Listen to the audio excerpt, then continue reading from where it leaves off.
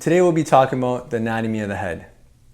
So looking at Dre's hair and head shape, you see there's many areas in the head where it's important to understand and know the terminology for it.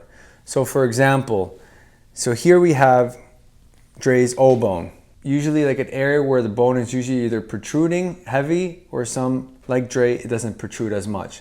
And some guys even not even protruding at all, where it's just flat. So for example, if the O bone was protruding heavily, you would probably try to avoid that and keep the fade a little lower rather than higher, because at the same time, you wouldn't want the client to have like a flat looking head shape in the back. You could then recommend certain styles and looks for the client that would be most suitable for the client depending on their head structure.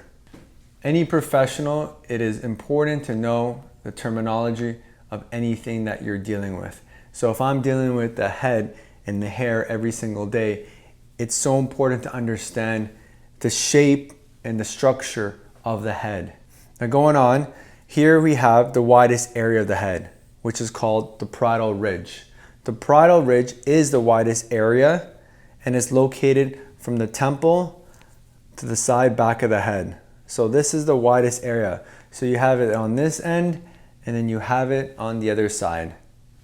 Right? To find the parietal ridge, if you place your comb right there, there should be a level where it evens out. So it'll be this whole area right here. So here we have the parietal ridge, where it's great to understand where we're going to be starting the fade. Whether it's going to be low, medium, or high, depending on how flat and how much protruding bones we have around this area.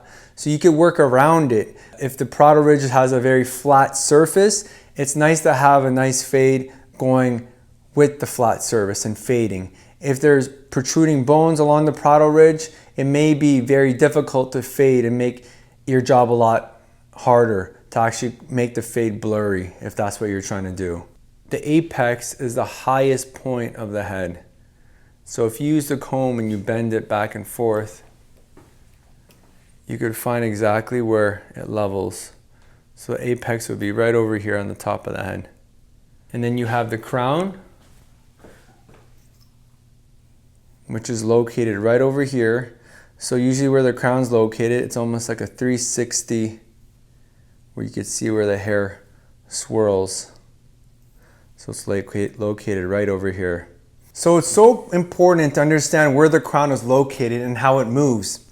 The reason why is because this is where the hair starts with all the movements, to understand how the hair moves and how it flows. By destroying the crown, which I've seen most barbers do in my past, it's really, really wrong, because once you take that crown off and cut it completely, that grow out phase is going to be very, very difficult to fix, because the moment you shave it off, which I've seen higher fades, you guys take it off, you're not going to understand how the hair flows and moves, and it's not going to look as pleasing of a haircut when the haircut's done. So the crown is the backbone for every haircut.